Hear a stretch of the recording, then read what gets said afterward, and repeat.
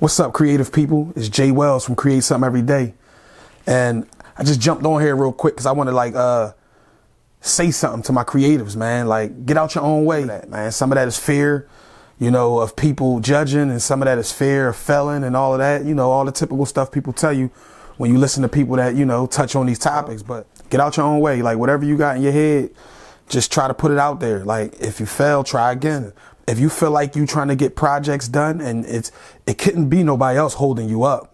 Like, you can't put yourself in a position where you're dependent on somebody else to make your vision get clear. You know what I mean? Like, to do landscape photography, and get into my resin prints and to actually make sales and have clients that come back and back and back.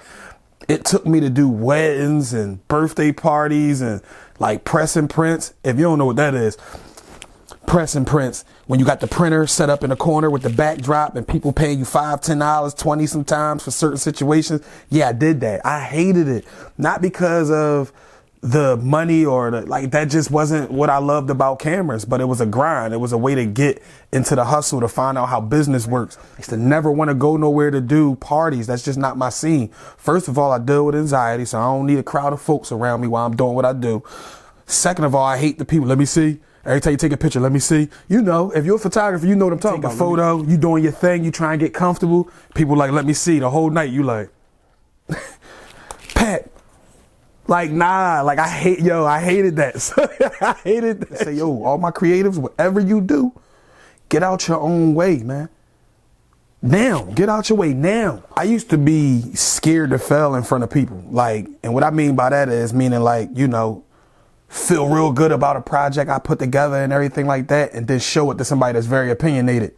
I wasn't ready for the feedback. I always used to be hesitant about the feedback. Over time, I got out my own way because I wanted people to see what I actually knew how to do, man. I used to work jobs just to get equipment, put my 2 weeks in. Listen, you gotta do what you gotta do. I remember working at Staples, early morning shift, getting there 6 a.m., get off 3.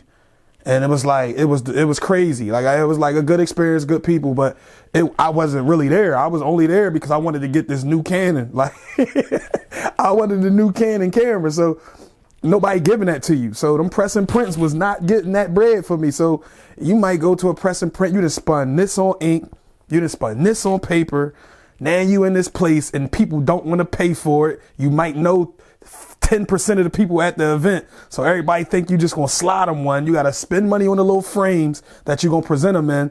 I mean, man, you spend more bread setting up before you even make a sale. So you have to take chances. And I remember being a guy that used to say, this don't make no sense. I'm spending almost $100 per event just to set up. Now it was nights I made a couple hundred and it washed itself out.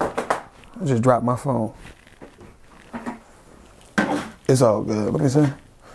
It's good. But yeah, I remember that. I remember being in situations where I'm hold up, man, this John then tripled the money I put up to even do this event. Then it's sometimes I remember not even breaking even. Yeah, I remember not breaking even. And then I got smarter.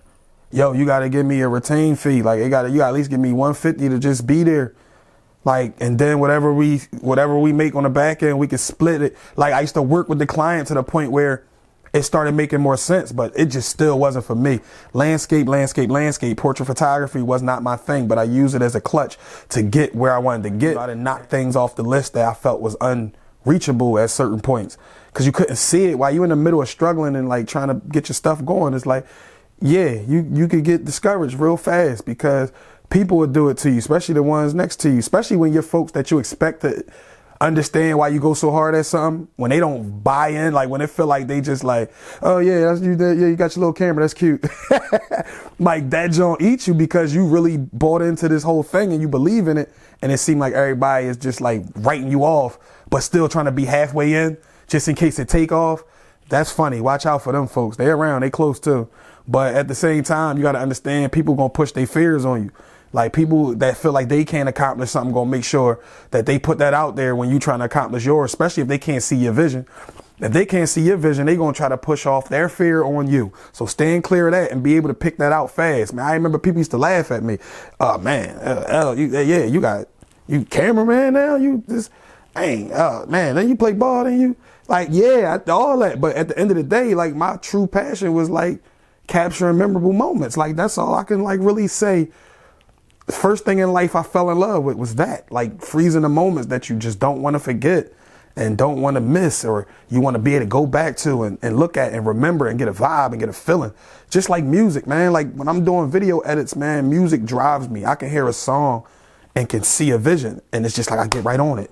I get right on it, especially if I'm dealing with a client that's looking for a marketing technique or, you know, a commercial or something. I like, once they tell me their ideas, like, music puts me in a mindset to understand, you know, how to bring their vision to life. And I'm like 1,000 for 1,000 with that. So, like, music did it for me. It's like you got to find your own happiness. Get out your own way, man.